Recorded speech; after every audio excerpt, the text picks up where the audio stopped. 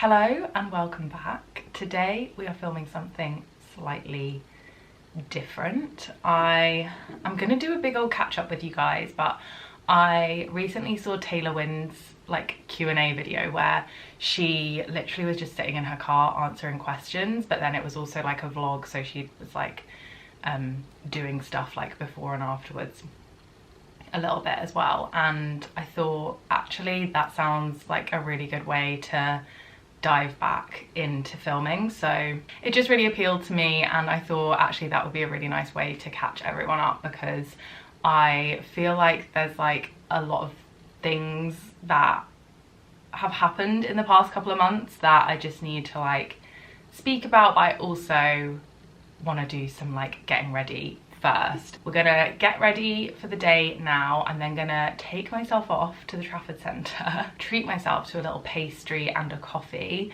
and then we're going to just catch up in the car. I'll find somewhere to park up and I can fill you in on everything. Apologies if I am sounding quite nasal. I have been ill the past week. I am just gonna do a very simple, basic, everyday makeup, light makeup today.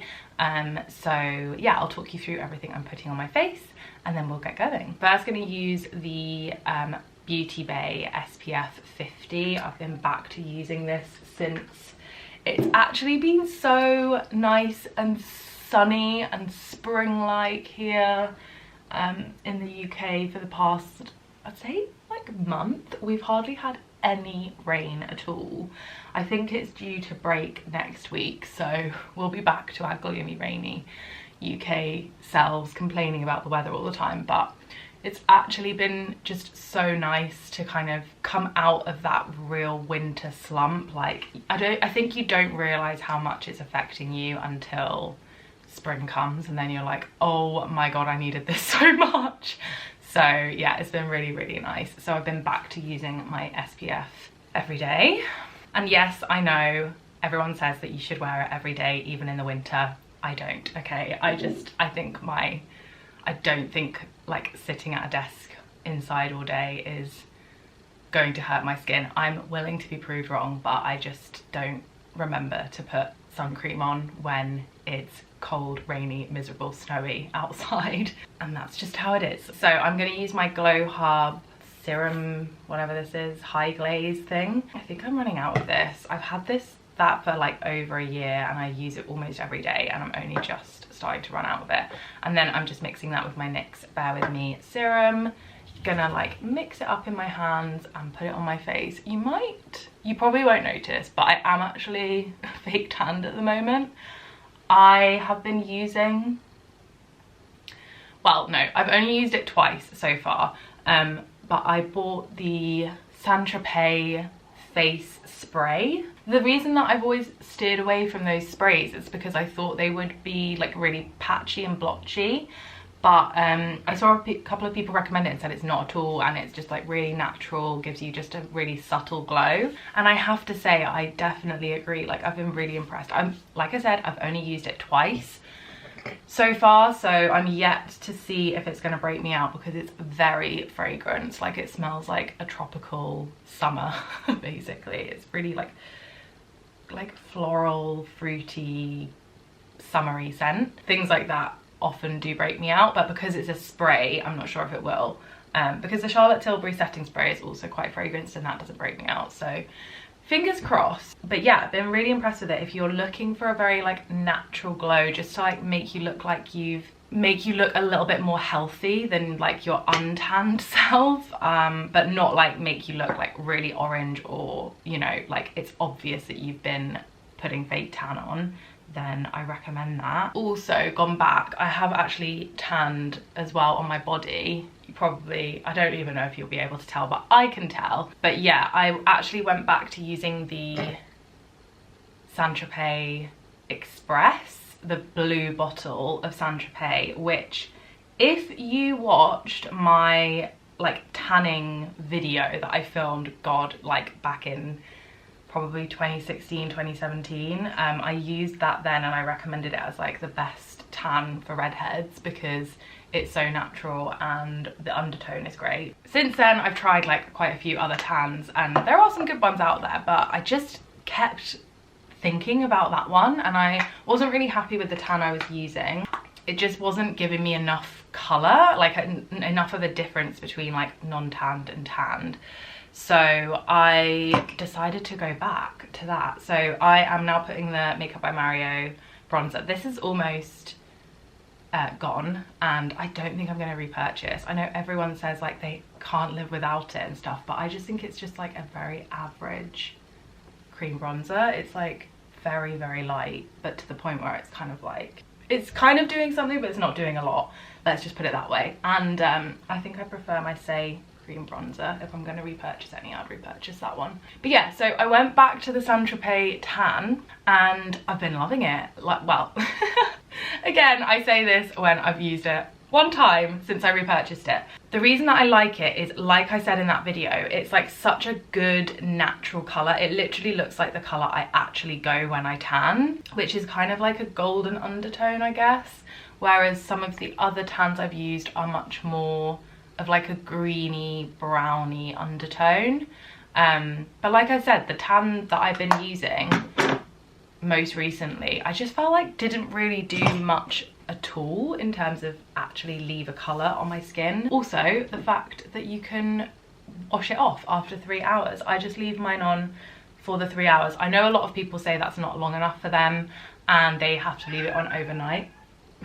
Sorry if you can hear a little mewing in the background, we'll get into that later as well. But yeah, I know a lot of people say they have to leave it on overnight to get like a decent colour, but because obviously as redheads we are extremely, extremely pale, 3 hours works fine for me, and it's like enough to like make me look like I've been sunbathing for a week. And it's been nice because I haven't been feeling very well.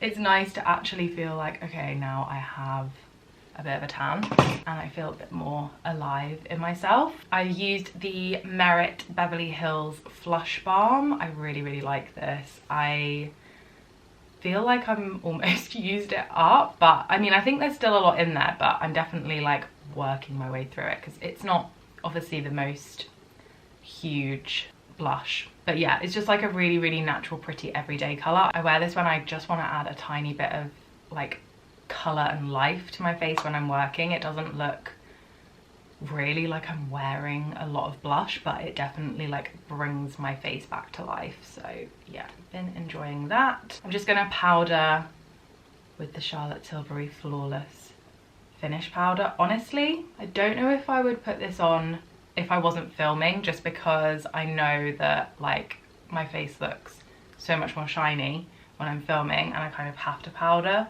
But I probably would just skip powder on like an everyday if I was doing this makeup. And then, to be honest, on an everyday basis, again, if I wasn't filming, I would probably just put mascara on and leave it. But I am going to put on some powder bronzer again, just because I just feel like this Makeup by Mario is so light that it's fine for like a really basic everyday, like you just want to look a bit put together. But I think on camera, I'm gonna need a little bit more bronze and life to my skin. Okay, the camera stopped recording, so I don't know where it cut off, but just put a little bit of brow product through my brows. I use the Glossier Boy Brow, and then I'm going to curl my lashes and add my Glossier Lash Slick. Just to set everything, I'm going to use my Charlotte Tilbury spray.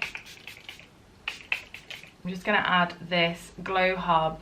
I got this in like a Christmas gift set, but it's a lip gloss in the shade Thirsty. The same brand as the Serum that I always use. I really like it. It's just like a very, very natural, everyday lip gloss. And that is my makeup done. So let's get going. Let's go get a little pastry and a coffee together and have a big old catch up.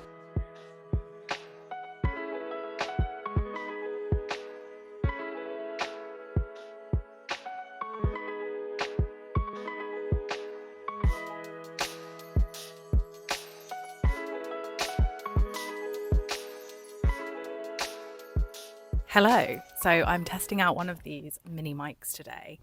I'm hoping that this is all recording because the way I have to set it up in my car is basically by not having the screen on my camera like visible to me. So we're just praying for the best. We're praying that it's going to keep recording and it's not going to cut out or anything like that. I ate already my almond croissant. M&S do these amazing like handcrafted almond croissants in the Trafford Centre. I haven't seen them in every M&S, but in the Trafford Centre M&S food, it's like a mega M&S food. They have these almond croissants and they are so delicious. They're better than the like standard almond croissants you can get in like a lot of supermarkets. Absolutely devoured that. And I also got myself a little Blank Street coffee. So there is a Blank Street in the Trafford Centre now as well, and it is nice coffee. I wouldn't say it's like anything like better than other really good coffee, but it's really tasty. But I would say like Pret is just as good, or yeah, if you've had like a really good iced latte, like this is on par with like good coffee places, basically. Better than Starbucks for sure. Obviously most people go to Blank Street for like the colourful matchas and stuff, but that's like really not my vibe. Like I'm not into sweet sickly syrups and stuff like that, so I just like my plain iced coffee, regular dairy milk. Very boring, very old-fashioned, but that's just what I like. So let's have a little catch up. Get yourself a drink, get yourself a snack, and let's just have a little catch up about what I've been doing for the past 2 months since I last filmed.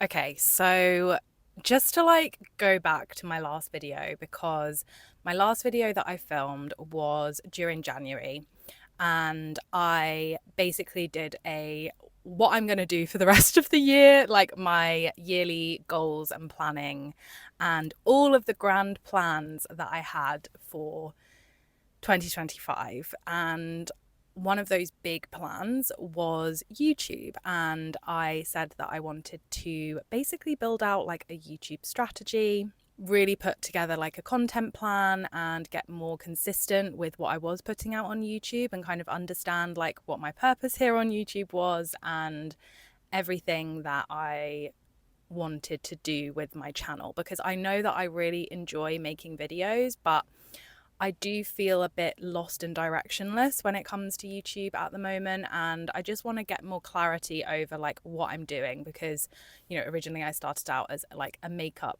channel for redheads specifically, but I feel like I've kind of like done that to death, and like that doesn't really, you know, represent who I am today now, like my life at the moment. And I love watching lifestyle vlogs, and that's pretty much all I watch on YouTube. So, and like I really enjoy that kind of content, so I would love to go more into that, but like finding the time to do that, it's extremely time consuming. So basically that was like my plan for 2025 and for the first quarter of this year, was to basically like figure out like what I'm doing with YouTube. Then we had a little curveball thrown in, so just gonna put it out there right now, I haven't done any of that this year so far, and the reason for that is because I was actually given an opportunity at work to step into a new role. And originally for the year, my career goal had been to kind of stay doing what I was doing, to be honest, like really kind of get used to being a manager and being in the role that I was in at the time, because I had been doing that for about a year.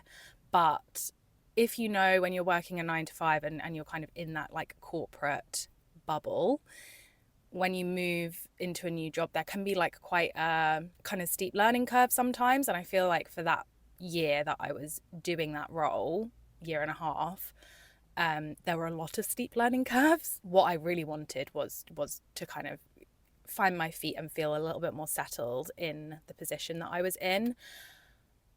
You know, sometimes life has other plans for you, and I was given basically an opportunity that I couldn't pass up, and I'm really excited to be in this new role, but it has been another steep learning curve, and it's been just honestly taking up a large chunk of my life the last 3 months, and I'm just like honestly getting used to being in that role and the new responsibilities that comes with. I haven't had much of a work-life balance the last couple of months, so that was like February that happened. We're now in April, and I feel like I've kind of lost the last 2 months of my life. Like, I don't really know where they've gone, because it has just been consuming a lot of my life. It's been a lot to balance, and because of that, YouTube has just fallen by the wayside. So it is still on my like long-term to-do list, I suppose, to like continue with YouTube and figure out what I want to do with YouTube. Like I said, at least have a bit more of a purpose and a vision behind what I want this channel to be. But for the next quarter now, I really want to just focus on like getting a little bit more work-life balance, and YouTube is a part of that, because YouTube is a lovely hobby and I really enjoy filming and doing this. Like, I'm here on a Saturday morning taking time out of my day to sit and film a video, because I just genuinely enjoy doing it. I don't know what that looks like in terms of how many videos I can film, and like getting like a video up a week, which is like my ultimate goal. I don't know if that's going to happen just with everything else kind of going on in the background. I've been finding it hard to basically do everything that is needed for my job and then have the energy to want to pick up the camera. There are some people who do it and they do it amazingly. Like Jess Harris is a really good example. She works a 9 to 5. She has a busy corporate job, but she will film every inch of her life in between. And she doesn't like film during work, but she films, in the evenings, in the mornings, in the weekends, and on the weekends. That's something I struggle with, because I really need to have like downtime, and I need to have time to like recuperate and decompress, and being on camera honestly isn't like decompression time. It's fun time. It's like time where I'm like chatting with you guys and I'm enjoying it, but like for me, that is not like downtime. The same with like socializing. Some people like get really energized by socializing. I'm not one of those people. Like, I need to have time on my own, like watching Housewives or something, to be able to decompress. So that's honestly what I've been doing. I also mentioned in that like yearly goals planning video that I wanted to really focus on my health, and I have been continuing to go to therapy, and I have been trying to go to the gym as much as possible. But like, for example, I've been ill this week, I've been traveling with work the week before, there's just been like a lot going on, so I haven't been managing to do like 5 workouts a week every single week like I wanted to, but I have been definitely managing to do like 2 to 3 most weeks. I haven't been for like 2 weeks because of the traveling and the being sick, but before that I was probably averaging about 3 workouts a week, which I think, considering the amount of craziness and busyness that has been going on in my life the last couple of months, I actually think that's quite good. So I'm quite proud of myself that I have been consistently doing that. And I don't know if I've lost weight. I haven't weighed myself because I'm too scared to weigh myself. Like, I did want to lose a bit of weight as part of that. I have definitely been more mindful about what I've been eating during the weeks, and like my breakfast and stuff. I used to have a bagel like lathered in butter every single morning because I enjoyed it. But I've switched to oats. I've switched to oats with raspberries and a bit of protein powder thrown in there. And I have actually really noticed a difference in like my bloating as well. I think the bagels were probably not great for my gut. I do feel like better in myself and my body. I don't know if I've lost weight. I should weigh myself, but like I said, I'm scared to look at the scales, because if they say like exactly the same or more than in January, then I'm going to be really disheartened, because I do actually feel like I have been making progress with the health side of stuff, despite all of the crazy busy work stuff that has been going on as well. Yeah, I just wanted to give an update, because I'm sure like if you did watch that video and you were like interested in what I had planned for the year, you're probably like, where the hell has she been since she filmed that video? So that's where I have been. So that's kind of like the overarching theme of my life over the past couple of months, is just like work, work, work, work, work. Like I said, over the next quarter, I really want to focus on finding more work-life balance. YouTube will be a part of that. I'm not sure how many videos I will be able to film, but also there are other things that I want to do, like continue going to my cat's protection volunteering. I've actually found a choir that I want to join. I used to sing in school and uni, and I absolutely love singing so much, and I really miss it, but I just haven't been able to find the right kind of outlet for it. I don't want to do something that is going to be like a huge commitment every week, and I feel like that will give me a bit more of a sense of community, because I do feel like that has been one thing that's missing in my life here in Manchester. Is Cats Protection really helped to start finding a little bit of that, but it's only on a Sunday morning, and if I have plans at the weekend, then I don't go, and I haven't really been going consistently because I've been so busy with work. There's just been a lot going on at the weekends as well, and it's meant that I haven't done as much volunteering in the last couple of months than I would have liked to. So I feel like a choir, like I'm always going to be free on a Tuesday night, which is when they rehearse. And I feel like that will give me a little bit more consistency with that community side of things. Where we live in Manchester, I absolutely love the location. Like in terms of what I'm looking for to get out of my life, in terms of like locations to live, it has everything I could want. We are close enough to the city centre that we can get in there within half an hour if we want to, have like go to the shops, go for food, go for restaurants. We're actually going into town later today just to have some drinks, and then we're coming back to where the little area that we live to then go for dinner. We have like shops, restaurant, cafes, really good coffee shops right on our front door if we want those. We have an RHS garden 10 minutes away that I have a membership to, that I can go and if I want like to feel closer to nature. We have a beautiful house. We have a really nice garden. So we have like a little bit of everything. We're like 10 minutes from the Trafford Centre. So we have like this amazing, one of the biggest shopping malls in the world, like on our doorstep, which, to some people who like want to live the countryside life, this is not going to sound like a good life, but to me, who grew up in the countryside living like a million miles from civilization, it felt like sometimes, this is like the life that I have always dreamed of, having like a good balance between countryside if I want to access the countryside, but city life is just like a stone's throw away as well. So it's really perfect in terms of location, but in terms of friends and that community feeling, that is something that I've been really noticing that I am missing in my life, compared to obviously when I lived down south and I was near like the friends that I went to school with, my family and things like that. Like we have Adam's family that are nearby, they're about half an hour away, but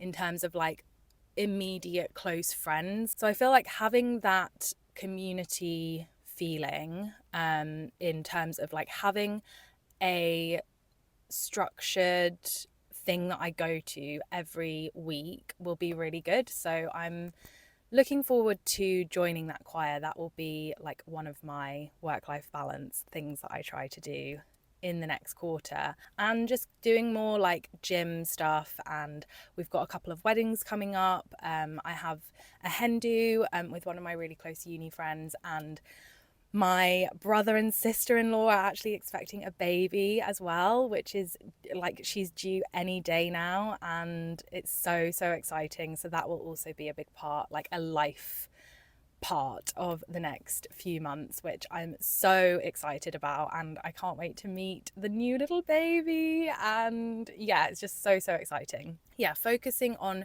just finding like my spark again and finding what makes me happy, but also like I do get a lot of fulfillment from my work in terms of it gives me a sense of purpose, and it gives me kind of drive and ambition and that sense of things. But that can't be like the only thing I have in my life, because it's not fun living my life in that way, like if that's all I have. So yeah, want to find a lot more of the life portion. So final update, and something that has been going on other than work that has been like such a source of joy the past couple of months, is that we got a new cat. We adopted a new cat at the end of February, and she's called Moira Rose. She is just a domestic long hair cat, so that's like a moggy.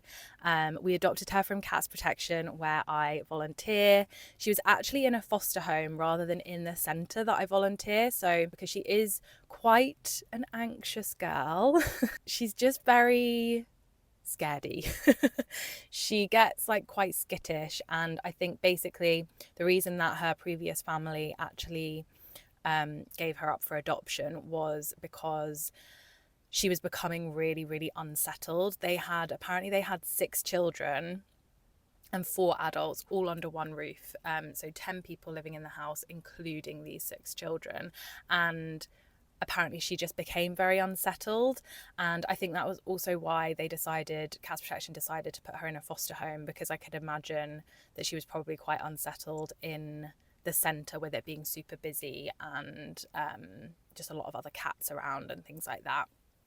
A lot of people coming in and out. So yeah, she was living in a foster home. She was in Cats Protection for around a month. We actually went to Iceland in February as well, which was amazing. We absolutely loved it there. It was a really, really good trip, but we actually were at that time interested in adopting a different cat.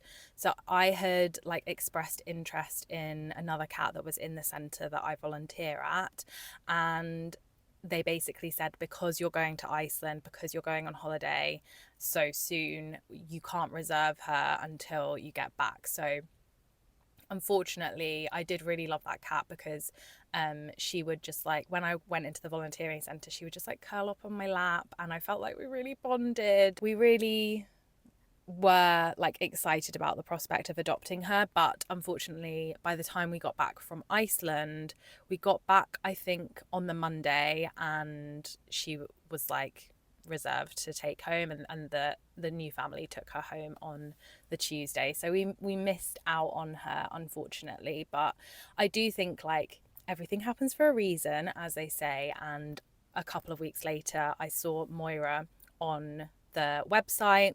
I hadn't noticed her on the website before. I don't know why, if I just missed her on there or if she had like come off the website and gone back on the website, I'm not sure. But like I said, she was living in the foster's home, so I hadn't seen her in the pens. I think maybe she just wasn't on my radar. But yeah, noticed her on the website a couple of weeks after we got back from Iceland, and I was like, she sounds like the perfect fit for us, because we obviously want a cat that is, you know, able to be around children and be okay with children. So it does actually list that on the Cats Protection website. It will say can live with children, because like that's in our future plans. So even though she is quite, or was quite, unsettled in her previous house, she's not like aggressive, she's not scratchy, she's not like hissy or anything like that. She's just really nervous, and you just need to win her trust over. She's very, very affectionate, but she needs to trust you first, and then she'll come up to you, she'll like rub her face on you, she'll roll on her belly, roll on her back so you can rub her belly. She loves being around you as long as she knows that you're not going to like make any sudden movements or, you know, like do something that's going to frighten her. If we did have children in the future, we just need to make sure that they are super aware of her temperament and how to be around her and just to be gentle with her. She was also 4 years old, so if you have been following along with my YouTube videos, you'll know that our previous cat Merlin, he was 11 when we adopted him. He actually had kidney disease when we adopted him, and then he was 17 when he passed away. Well, he was about to turn 17. So we had him for 5 years, and obviously adopting a senior cat, it's an amazing thing to do, and I think so many more people should be open to the possibility of kind of adopting a senior cat, because Merlin just brought us so much joy in our lives, and we didn't know how long we would have him because he had kidney disease,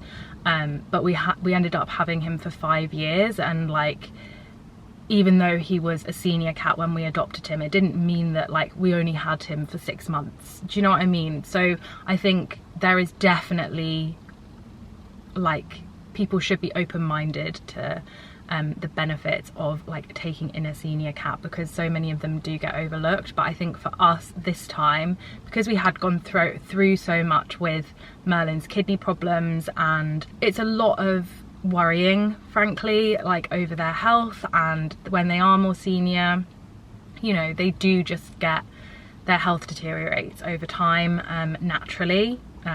It's like having an 80-year-old, you know, in your house. Essentially, they are going to have more health problems naturally. So I think we just wanted, if we could this time, to find a younger cat, just to experience that as well. And yeah, it just felt right for us in this moment. Like, going through losing Merlin was one of the hardest things that has ever happened to me and Adam, and I just don't feel ready for that to happen like soon again. And obviously it can happen at any point. Like, that is like one of the risks of having a pet, is that you are going to lose them at some point, but it's much less likely to happen if you adopt a younger cat, obviously. Moira is 4 years old, so she is younger, and she's still an adult cat, but she's got so much energy and she loves playing. Yeah, like I said, she's really grown to trust us over the past few weeks. I was a little bit worried at first, because she was so anxious and she would just kind of take herself off up into the spare bedroom on her own and just sit there in the evenings, and I was like, oh, does she not want to spend time with us? Is she not liking it here? But actually now I think she just needed to settle, and she just needed to get used to the space, because now she will come and she'll sit with us on the sofa. She's not so much of a lap cat, but she likes just sitting in between me and Adam on the sofa on the little blanket. So it's really nice to have like the company, and that she will just like happily sit there, go to sleep with us next to us, and she likes being around us, which is a really lovely feeling, and we love being around her. So yeah, she's absolutely gorgeous, and just so excited to have another pet in our lives. And I feel like, yeah, she's going to bring a lot of joy to our household. Okay, so the mic stopped recording, so it'll probably have switched to different audios in between. I apologise for that. I think that's all my updates, and thank you so much for watching this video. It's probably been quite a long one, so I appreciate you sticking around. And yeah, let's see what the next few months bring. Let's see where this YouTube channel takes us over the next few months. But thank you so much for watching again, as always. I hope you guys are all doing well. Please let me know like what your updates are in the comments. I love to hear about what the people who are watching my videos are up to. And yeah, I hope that you're having a lovely start to the spring. If you are in spring weather, enjoy it, make the most of it. And yeah, I will see you in the next one. Bye.